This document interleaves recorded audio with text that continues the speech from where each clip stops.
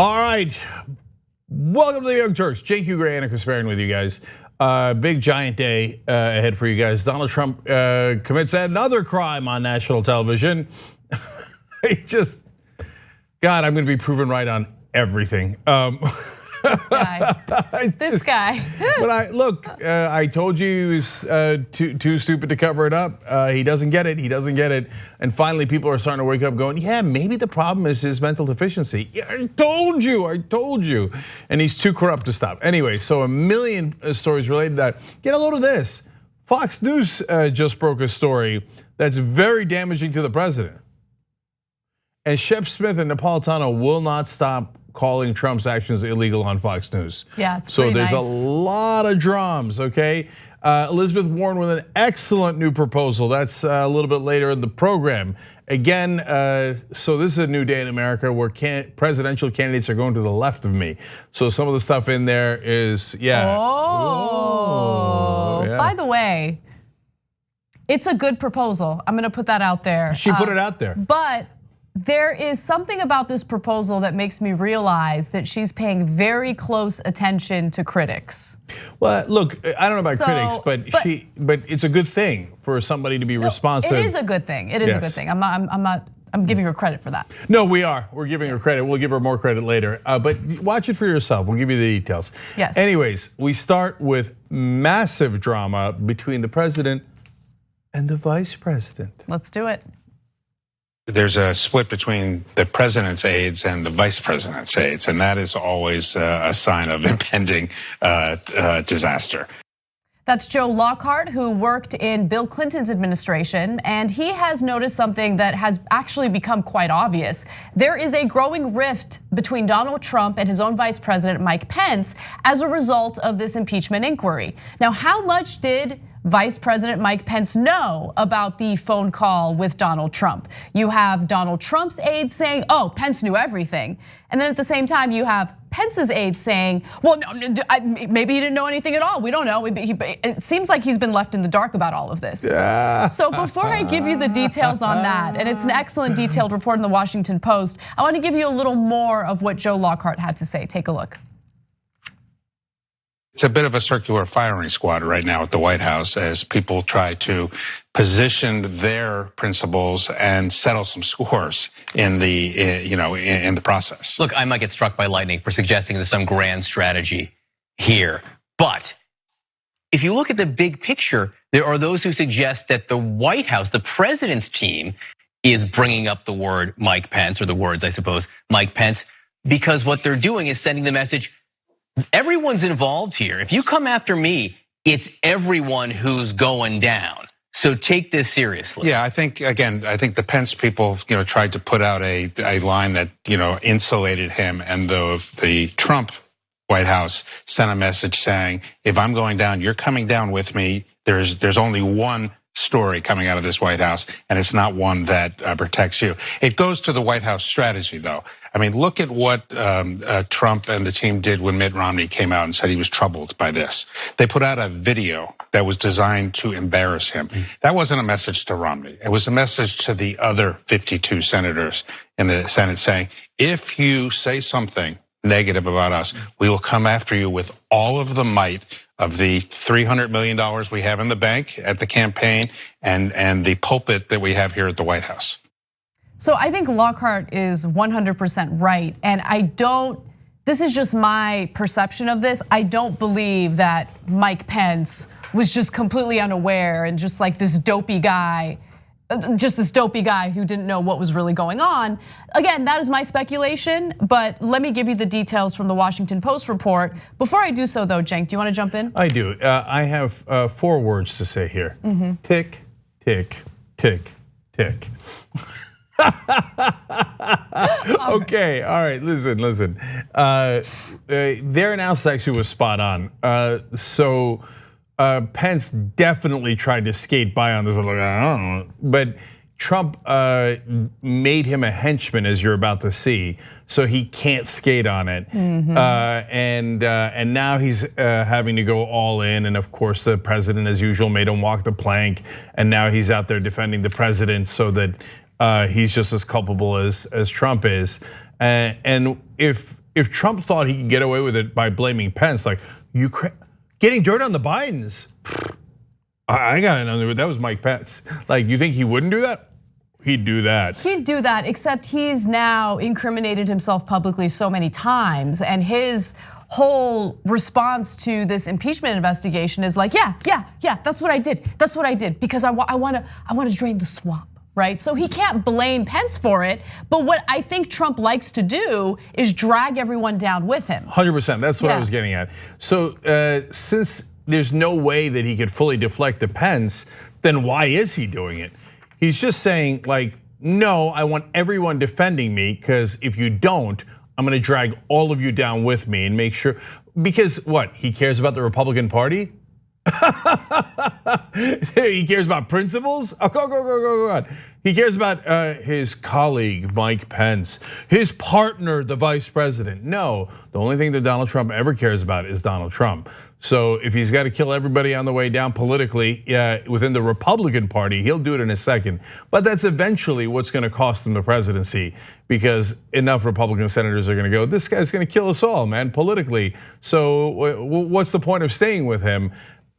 We haven't gotten to that ticking point yet, but tick. All right, well, let me give you some more detail into what Trump actually had Pence do prior to us finding out about this whole whistleblower complaint. According to the Washington Post, Trump instructed Pence not to attend the inauguration of Ukrainian President Volodymyr Zelensky in May, an event White House officials had pushed to put on the vice president's calendar when Ukraine's new leader was seeking recognition and support from Washington. So you have White House officials pushing Pence to do this, but at the same time, simultaneously, you have Donald Trump telling Pence, no, don't do it. It's a bad idea, don't go to the inauguration. And Pence didn't go to his inauguration. Okay, now that's relevant because it's part of Trump's ploy to make this new Ukrainian president bend to his will and essentially carry out favors for him, right? Because remember, Ukraine needs the US to assist them in this military aid. Let me give you more detail.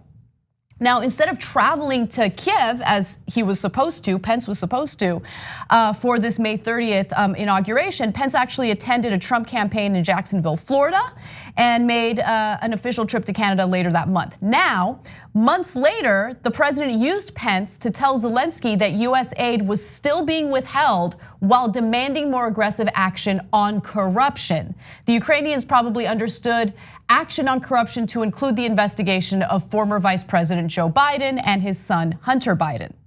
So when Pence finally did meet with Zelensky, and this was on September 1st, here's what happened during that conversation. Pence told Zelensky that aid was being withheld due to corruption concerns. That's exactly what Trump wanted him to do. Pence emphasized Trump's frustration that the EU should provide more aid to Ukraine.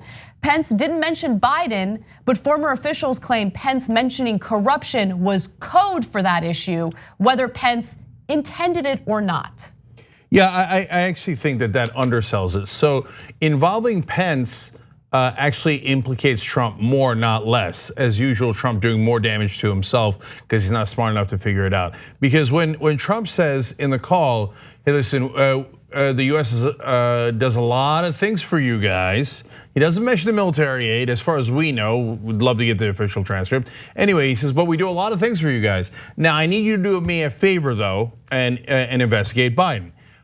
But then he follows up by sending Pence to say, remember that corruption we were talking about? And in the call, Trump clearly connects corruption to Biden, and he doesn't mention any Ukrainians in the corruption. It's not like, well, you guys have this massive problem. Oh, but you know what? 11% of it is the Bidens. I'm worried about corruption overall. No, when he talks about corruption, he only mentions Biden, okay? So then he sends Pence over and says, now remember, we're not sure about the aid, and we wanted you to take action on corruption.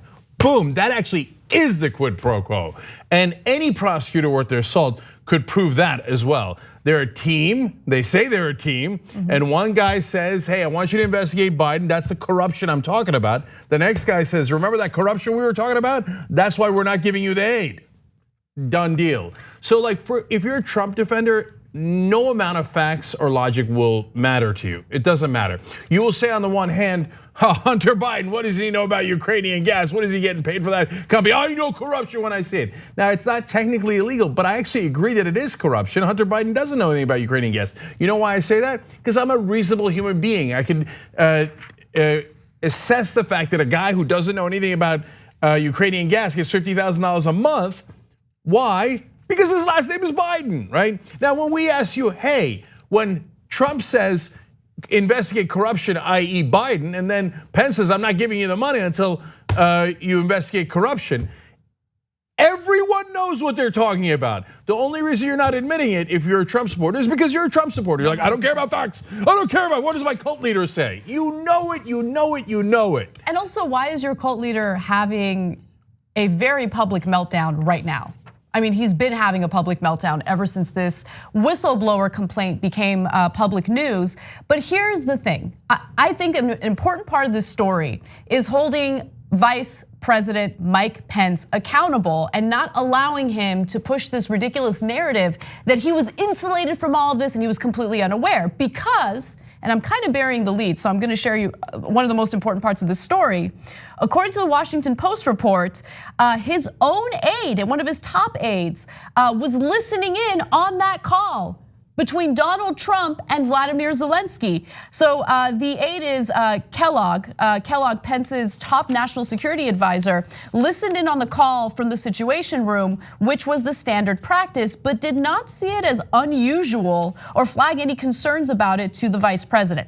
Now that's according to aides who spoke to the Washington Post, but here's one other thing. After that call happened, literally the day after that call happened, Pence is supposed to get a summary of the conversation. So are you telling me that he received that summary of the conversation and then proceeded to meet with Volodymyr Zelensky without reading the summary of that conversation? So the vice president didn't actually prepare for his meeting with Zelensky? I don't know, I'm just not buying it. Yeah, I mean, if it was Trump, it would be much more plausible that he's like, oh, 5 pages. How could Trump, the man-child, ever get through 5 pages? But so it's a briefing that they gave to a couple of things here. He gets his guys on the call, as Anna told you, gets a summary of the call, and then he gets a briefing on his way to meet Zelensky that explains to him what it is that they want to accomplish with Zelensky. So they're saying the best defense Pence has is, I suck at my job. I never do any homework, just like the boss. The boss tells me don't read anything, don't study anything. So I never looked at a single paper in my life. They gave me everything I needed to know. And my assistant Kellogg's like a former general. So this like top level guy was on the call, but he didn't tell me, golly gee. And so when I was breaking Zelensky's kneecaps about the aid, I didn't know what I was doing. I just thought it was just random that I was withholding the aid, even though everybody was like, and Zelensky seemed apparently in that conversation distraught that the aid had still not been delivered. Exactly. Like, and Pence is like, oh golly gee, I don't know why. I don't know what corruption means. I haven't. And again, no one ever mentions any Ukrainian names when they talk about corruption in Ukraine. I mean, all you have to do is a little bit of work to hide your corruption. You have to say, oh my God, I'm really upset about Jim Jablowski and Joe Jablowski in Ukraine, and also Joe Biden and Hunter Biden. But really, I want you to clean up corruption. But neither Pence nor Trump do that at all. Corruption, Biden. Aid, no, I don't know, man. Oh, you want the aid? Oh, it seems like you really want the aid. I think you got to look into corruption. Everybody on the planet knows what it is. And even the guys who say they don't, they're lying. They're pretending not to realize it's super obvious. Exactly. Well, while we're having conversations about what Trump really meant during his conversations with Zelensky, I mean, it's honestly a disingenuous debate that we're seeing. In reality, Donald Trump is breaking the law right in front of our very eyes. So let's get to that story. In yet another edition of Donald Trump's chopper talk, he has essentially, very publicly, told foreign leaders to dig up dirt on his political opponent. This time he's decided to involve China. Now, this is an answer that he gave to a reporter who asked him what exactly he hoped Zelensky would do about the Bidens after their phone call on July 25th. This is what sparked this impeachment investigation. And here's how he answered that question. Well, I would think that if they were honest about it, they'd start a major investigation into the Bidens. It's a very simple answer.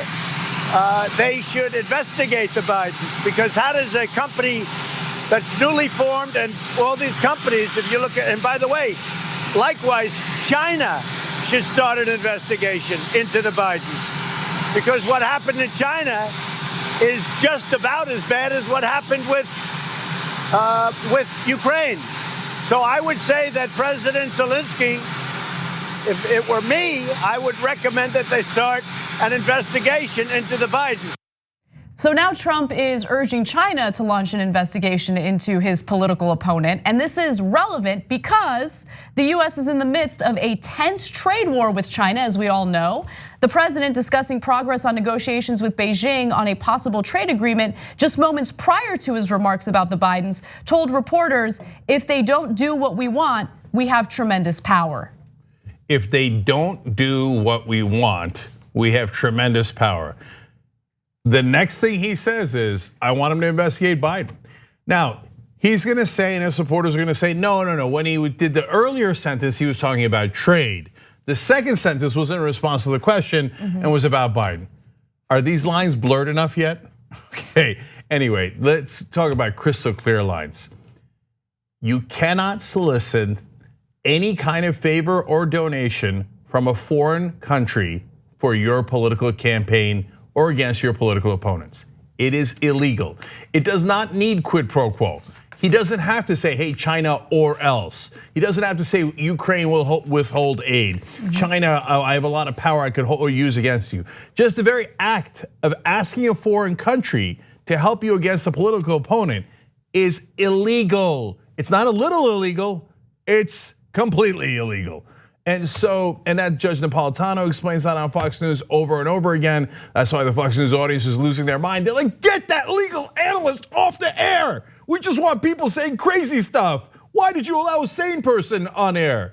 And Shep Smith comes back, he's like, we just admitted it, I don't get it, okay? And so for those of you trying to decipher, okay, so what's the strategy here? Because people on TV are still playing the game. Like, you admitted crime on national TV because you wanted to normalize it. Like, oh yeah, it's shooting people on Fifth Avenue is totally normal, right? And so me violating a law is normal. That's what there's no strategy. No matter how many times people have told him, Mr. President, you cannot say that. You can't say it on a call to Ukraine. That's why we hid the call in the secret server. You can't say it on TV. When Stephanopoulos was in his office and said, would you accept aid from a foreign country in your campaign? He said, well, I'd have to look at it, right? And he's like, if Stephanopoulos was like, wouldn't you turn it over to the FBI? He's like, I guess, but I mean, I'd look at it first, I'd do both. And people are like, Mr. President, you cannot do that, that is illegal. The answer is very simple. The skull is too thick. Yes. And there's too few brain cells. So the fact that to get through the skull and somehow find the 2 brain cells inside that skull of his. And they just can't find it. So it doesn't get through to him. He's like, no, I'm right. I'm right. Everybody else is wrong. The law is wrong. I could just go to a foreign country and go, hey, Iran, why don't you go ahead and hurt my political opponent? Yeah. Hey, North Korea, why don't you put him in a camp or something? It's okay, I know, the law is wrong, I'm right. And every sycophant in the White House is like, oh, and they're all cowering because they're all losers. Like he bullies them, he yells at them weird things like, what do you think, I'm an idiot? Or no, you guys are making me look like an idiot. Right. No, there's one person. There's one person making you look like an idiot. His name is Trump. Anyway. But I have to say, there's one thing I agree with this Cenk Uygur on. I do have a thick skull. It's a very strong skull, okay? It's a beautiful orange skull. Anyway, his aides have stopped telling him that he's breaking the law because they're afraid he's gonna fire them for saying things that are true. That's why, surrounded by yes men, impervious to facts and intelligence, he goes on national TV, he's like, oh, maybe China should investigate my political, maybe a communist dictatorship should investigate my political opponent in America. Great idea. So now that we've adjudicated what should be obvious to everyone at this point, I do really want to talk about why he wants China to investigate Biden, or at least what his crazy conspiratorial accusation is against Biden in this regard. Now, I'm gonna give you the details and the origins of this conspiracy theory, but before I do so, I wanna preface it by reminding you that Donald Trump's own daughter, Ivanka Trump, but shortly after he was elected into office and after his inauguration, Ivanka Trump got a bunch of trademarks approved in China, right? So why? What happened there, right? So if he's gonna point fingers and accuse others of corruption, he needs to take a good hard look at his own house. And I wanna know, why did China approve all of those trademarks all of a sudden? But right after they approved the trademarks, Trump lifted sanctions from one of the biggest Chinese companies, ZTE. Exactly. And remember what Trump said about Hunter Biden? He said, "Oh, come on, the idea that you wouldn't talk to your kids about their businesses is absurd." So, I mean, he's just not bright enough, man. He admits these crimes of, I mean, who wouldn't talk to their kid about, their business dealings in China and then act based on that? Because you did that. You literally did that. Then he turns around and accuses Hunter Biden. Hunter Biden, look, I got issues with Hunter Biden, but you keep going. Yeah, so let's talk about why he wants China to investigate the Bidens. Trump, seeking to expand his corruption accusations against the Bidens beyond Ukraine, has in recent days repeatedly accused Hunter Biden of using a 2013 trip on Air Force 2 with his father to procure $1.5 billion from China for a private equity fund he had started. The Washington Post that found Trump's claims false. The Washington Post had found his claims false while tracing the origins of the $1.5 billion figure to a 2018 book published by a conservative author, some guy named Peter Schweizer. Now, Hunter Biden actually wasn't even initially the owner of this company and has never gotten paid for serving on the board. In fact, Hunter Biden didn't even acquire an equity interest in the fund until 2017, after Biden was obviously well out of office. Yeah. So if the accusation here is that Biden used his powerful position to garner favors for his son Hunter, well, that doesn't make any sense because Hunter Biden wasn't really able to profit or get anything beneficial from this until well after Biden was in office. Right, I mean, look, so I'm more skeptical here. So the Democrats are more sophisticated at corruption. So Hunter Biden goes on Air Force 2 with his dad. He did talk to Chinese business officials. The $1.5 billion number is made up, as usual, from conservatives. When I first saw that, I was like, man, that is a lot of money. I think they could have bought the Bidens for less than that. And so, the Bidens are sophisticated and smart enough, I would imagine, and there's no evidence that they did talk about it, that they don't talk about it. They're just like, oh, here's my son. Oh, you guys are doing business with him. Well, that's good for you guys. I have nothing to do with that. That just happens to be my son. Now, Hunter Biden's going around the world cashing in on his last name. I don't think there's any question about that. So first of all, that makes all of us sick, obviously, right? But how is this different from every other person in a position of power? I mean, Meghan McCain gets paid how much to do a subpar job on The View and throw temper tantrums on a regular basis? She got that job because of her last name. We see this all the time. And yes, it's frustrating, but let's keep it real. We live in America. It's not about how hard you work. It's not about how good a person you are or how smart you are. It's about the connections. It's about whether or not your family has any power. That's how you make it in America. Yeah, and it's completely bipartisan. Unfortunately, it's legal. Senator Orrin Hatch's son was a lobbyist, and his dad would say, oh, I never met with my son. I just happened to vote for everything that his lobbying company wanted, and they happened to pay him a ton of money. But golly gee, that was just a total coincidence. Senator Norm Coleman's wife, you worked at a company that she didn't work at and had no expertise in. They're both Republicans. So that stuff is unfortunately legal, but that's a way of bribing family members of Democrats and Republicans. In Trump's case, he's not sophisticated, he's an idiot. So he just breaks the law without any sophistication and doesn't know how to cover it up. So he'll go on national TV and go, why doesn't China do it? Why didn't China break the law with me? Well, you numbskull, that's illegal and you can't do that, and you just admitted it. Exactly. Well, we gotta take a break, but when we come back, Senator Chris Coons is really Senator Chris doomed when we're done calling him out on how weak he is in this next block. We hope you're enjoying this free clip from the Young Turks. If you want to get the whole show and more exclusive content while supporting independent media, become a member at tyt.com/join today. In the meantime, enjoy this free segment.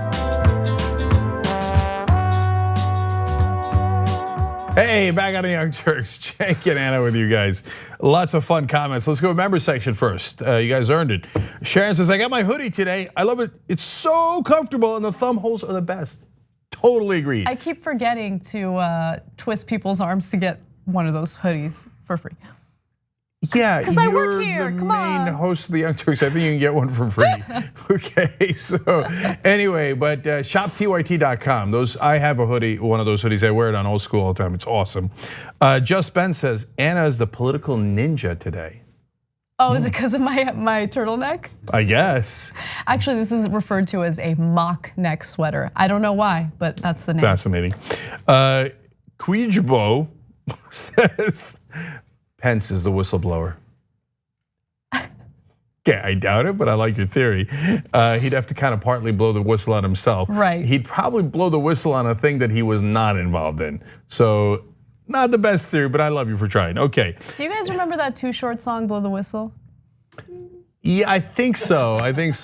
One time. By the way, today I saw a shirt for Tupac, but it was literally the number 2 and then Pac. And I'm like, that's me, Tupac. Where's my shirt on that? Edwin's staring me down. All right, anyway, Gabby Marita writes in, because we talked about this in the members only postgame last night. Last night's postgame about that. Siesta isn't so much a nap. We were talking about Spain and how they take siestas, as much as it's post-lunch time to spend with family, since traditionally everyone goes home to lunch. In most towns, this causes nearly everything to close from 2 to 4, making it seem like everyone is sleeping.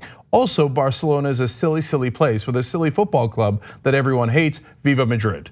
I love Barcelona. Gabby, that's cool funny. too. I literally asked Gabby, since I know she's from Spain, to tell us if people actually take naps during the siesta. So anyway, tyt.com/join to get that post game. It was very fun. Me and Brett did that. All right, Twitter, a bunch of good ones here too. Little Sebastian says, there's one thing Mike Pence won't do, going down on someone or with someone. I didn't say it. Little Sebastian did, okay? Eddie O'Donnell says, is this ultra professional, Cenk and Anna? The two of you look great today. Thank you. Why, thank you, okay. And my favorite tweet in a long time, I bathe in Tommy Lauren's tears, says, knock, knock, who's there? Tick, tick who? Tick, tick, tick, tick, tick, tick, tick, tick. By the way, you guys flooded my Instagram messages with your comments on tick, tick, tick, tick. And it's amazing because most of the comments or messages I got were from women who wanted to debunk the narrative that I was pushing on the show, that women on the show don't actually like the tick, tick, tick, tick, whereas men do. A lot of women do, apparently. Maybe I'm gonna lose this poll. Oh, well, you know what? We might have some results later in the program, okay? Yeah. All right, but first, breaking news, come to me. Okay. Amazing story, partly because of what it is, and very damning text coming out of the State Department about Donald Trump and Ukraine, but also amazing because of who broke the story. Fox News has broken a very important story from congressional correspondent Mike Emanuel. It is about a US Special Envoy to Ukraine, Kurt Volker, the man who stepped down recently and then testified in front of Congress yesterday. Temporary Ambassador William Taylor and Ambassador of the European Union Gordon Sondland, all texting one another. Wait till you see what's in the text. First of all, let me give you a tiny bit of background. Volker is a guy who went into the Trump administration, but is not a Trumpy, right? He said, look, I'm gonna do my best. I'm gonna do real American foreign policy here when he went in. So he seems like he's a normal State Department person that's just a career employee. I don't know anything about William Taylor's background. His text is very important. Gordon Sondland is more of a Trump guy, so he's trying to protect Trump. So here's what Taylor says. This is in an exchange that happened September 9th, okay? So almost a month ago. Taylor texts, quote, as I said on the phone, I think it's crazy to withhold security assistance for help with a political campaign. Smoking gun. Whoa. Okay, so he said it. This is before the whistleblower complaint comes out. This is before there's any national attention to it, no media, no nothing. These are encrypted text messages that Fox News has gotten hold of. And in the text messages, William Taylor, the acting ambassador, says, I'm gonna repeat it, as I said on the phone, I think it's crazy to withhold security assistance for help with a political campaign. Okay, that is quid pro quo, okay? Wow. So now Sondland, the Trump guy, writes back, Bill, I believe you are incorrect about President Trump's intentions. The president has been crystal clear. No quid pro quos of any kind. The president is trying to evaluate whether Ukraine is truly going to adopt transparency and reforms that President Zelensky promised during the campaign. I suggest we stop the back and forth by text. Ooh. I love that. So the whole beginning of that is very carefully crafted. That is a CYA message if I ever heard one, right? Yeah. It's not a casual conversation. That's the kind of thing you write if you think these texts might come out one day. So now remember, Bill, this is not a quid pro quo as we are clear about, right? And then he's like, let's get off a text. Get off a text. Get back on the phone, okay? Wow. That's huge. That really is. But yeah. You know, it's interesting because while we really focus on what the reality is, and that's someone calling attention to the fact that this is done for political favors on Trump's part, you know, Trump supporters are just gonna focus on what the response was. Yeah. And think that that's the truth. Think that that's really what Trump intended. Why? If Trump is concerned about corruption, first of all, this country is already deeply corrupt and he's done nothing to figure that situation out. In fact, he is boastful about corruption in America. I mean, he's boastful about his own corruption. The reason why he won't do anything about Saudi Arabia and the Saudi prince ordering the murder of a Washington Post journalist is because he does business with Saudi Arabia. He said it publicly multiple times. That's corruption. Yeah, and we could list dozens of things that Trump does that's corrupt. He doesn't care about corruption in Ukraine. He tried to bring the G7. He's still trying to bring the G7 meeting to his property in Doral because it's underwater. I don't mean physically, I mean financially. It's not doing well. That's the one that's infested with bed bugs. And so he's like, it's beautiful. It's right by the airport. I think we should bring all of the foreign government representatives to my property. It's so obvious embracing corruption. Anyway, back to this. You have to remember something. Trump fired the ambassador to Ukraine because she was honest. And they were like, they did not like the fact that she was not following their political agenda. She's like, look, man, the former other prosecutors in Ukraine already looked into the Biden connection. We have to do actual diplomacy here. And they hated that, so he fired her.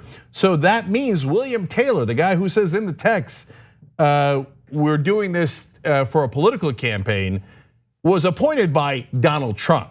So it's not like, hey, Barack Obama came out of retirement and put William Taylor in, etc. It's a Trump appointee.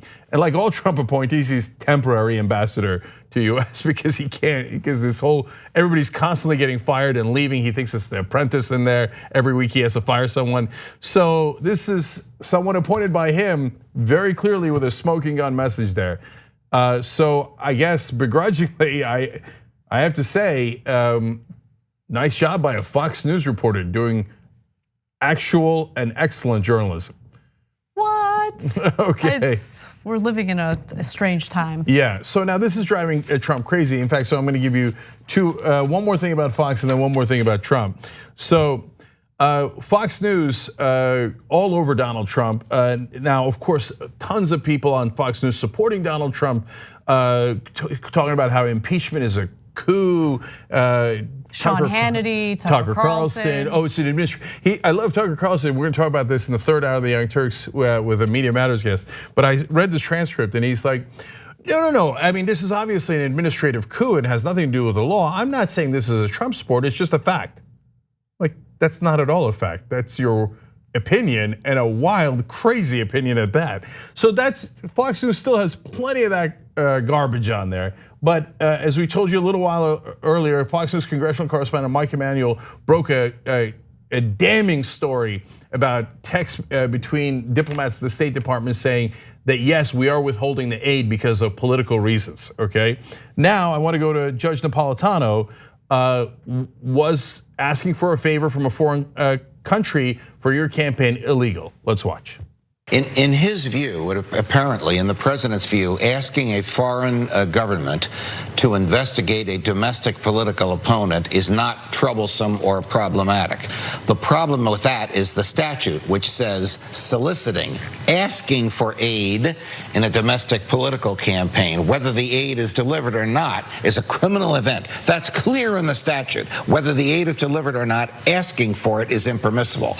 And then he did it again today, double down, triple down, on the heels of hearing that he was petitioning the Australian Prime Minister. Well, in the president's view, he has nothing to hide. He is transparent, and he's not, as you say, going behind anybody's back. He must be getting advice from some source that there's no problem asking a foreign government to help in a domestic political campaign. Well, Napolitano talked about it there with Cavuto. He did a video on FoxNews.com. He did an editorial on it, and it's damning through and through. He says not only is it clearly illegal, but the words of President Trump are palpably dangerous. Yeah, I want to read a few portions of that, if I could. Okay, so he says the criminal behavior to which Trump has admitted is much more grave than anything alleged or unearthed by special counsel Robert Mueller. And much of what Mueller revealed was impeachable.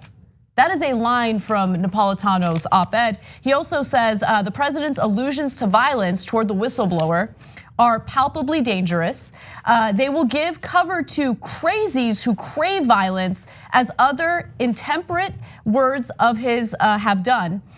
His words have already produced offers of bounties in return for outing and finding the whistleblower.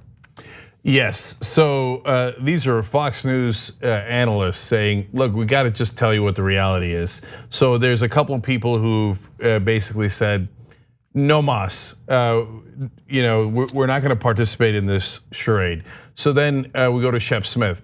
President Trump goes out there and says, yeah, I asked the Ukrainians for help in investigating Biden when asked by a reporter about it. He says, and I want China to do it too.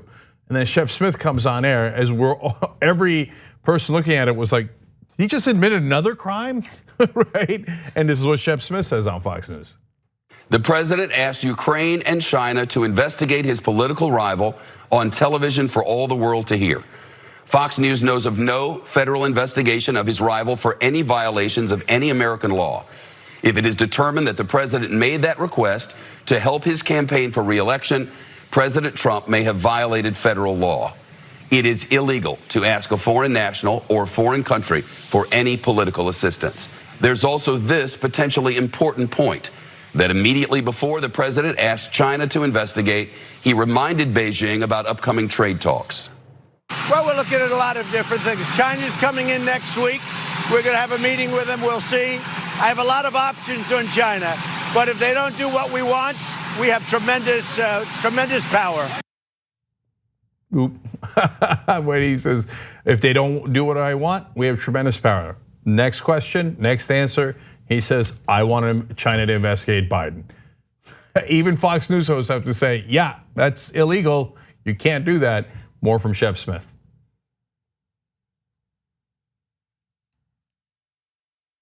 For days, the president and his allies have been suggesting that the whistleblower or their sources got something wrong, that the president didn't really ask Ukraine to investigate his political rival, that the complaint is total fiction. Today, the president did exactly what he's accused of doing, this time on live television, and this time he asked the totalitarian government of China to investigate as well, ahead of trade talks scheduled for next week. So, clear as day. Now even diehard Trump supporters are running out of excuses online. And so I keep saying clearly illegal. Even Fox News anchors are saying clearly illegal, right? And one of the Trump supporters was like, yeah, well, but it's an obscure law and it'll be hard to explain to the American people. I don't think that that's an excuse for law breaking. Well, I mean, yeah, I broke the law, but it'll be hard to explain what kind of a criminal I am. Okay, we'll give it a shot. And by the way, we just did it, and so did Shep, and it wasn't hard at all. So now one last person who's getting driven crazy online is Donald Trump. So he had this tweet right before we came on air. It said, "Election interference." That's it. Just an all caps exclamation point. That's exactly right, Trump. That's what we've been saying. What is that? It's maybe him finally acknowledging what he's encouraging foreign governments to do. No, but guys, cuckoo for Cocoa Puffs. Look, I could enter that as evidence if I had a family member and I said they've lost their minds and they cannot legally control their own finances. So they're gonna give it all away, or they're gonna do something crazy, they're gonna burn it in the streets. They're mentally incapacitated. And I would, if that was the case, I would present this tweet as evidence. Like, look, just randomly shouting into Twitter, "Election interference." What does that mean? Why are you yelling? Who's doing the election interference? Are you doing the election interference and admitting it? Are you accusing someone else of doing election interference? But no one else has even been accused of election interference. So shortly before we went on air, there was a segment on CNN. I believe it was Jake Tapper's show, but there were it was a panel of mental health professionals commenting on George Conway's recent opinion piece about Donald Trump's mental health. And all of them were disturbed that anyone would diagnose Donald Trump or publicly talk about what they think about his mental health and whether he has a condition or not. They're 100% wrong. And I agree at this point. Look, I'm not a mental health professional, so I'm not gonna diagnose him. But one thing that I do know is that he's crazy. He's not operating, he's not functioning normally. And I think anyone who denies that, or anyone who's walking on eggshells because you don't want to say something offensive about someone's mental health, come on. I mean, how much more evidence do you need? Yeah, so if this is the only tweet, you'd say, okay, man, that was super weird, but maybe, I don't know, something got him agitated? Oranges, guys, oranges. Sorry to interrupt you, but oranges. Come on, I mean, how many more examples do you need? It's not just about one tweet, it's about this, I don't know, we have a wealth of evidence right now. Yeah, oranges. If you don't know that story, you might be thinking, is Anna okay? Instead of saying origins of a story, in the White House, 4 different times he says, the oranges. Yeah.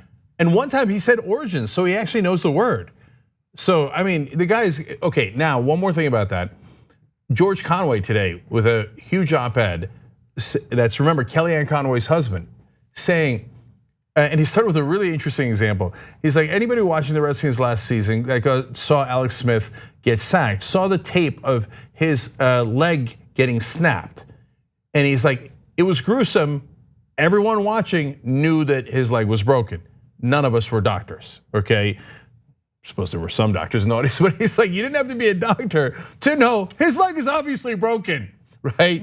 Looking at Trump, even before this crazy tweet and a million others, he's like, you don't have to be a therapist or a psychiatrist. The guy is visibly, obviously, mentally incapacitated. He is crazy in conventional colloquialism. He's nuts, he's lost his mind. His mental deterioration is out of control. That is his biggest supporter's husband. Of course later they're gonna say, Kellyanne Conway was saying it, you idiots. She's like, how much clearer did I have to be? It wasn't like my distant cousin. I had my husband say over and over and over again. I had to write a giant op-ed saying, my boss is crazy. When are you guys gonna do something? Right? He's obviously crazy. Anyone who isn't acknowledging some sort of mental issue with him, honestly, is lying to you because of political correctness. They don't want to do factual correctness. They don't want to say things that are obvious to the entire country and the entire planet, because Republicans might get mad at them.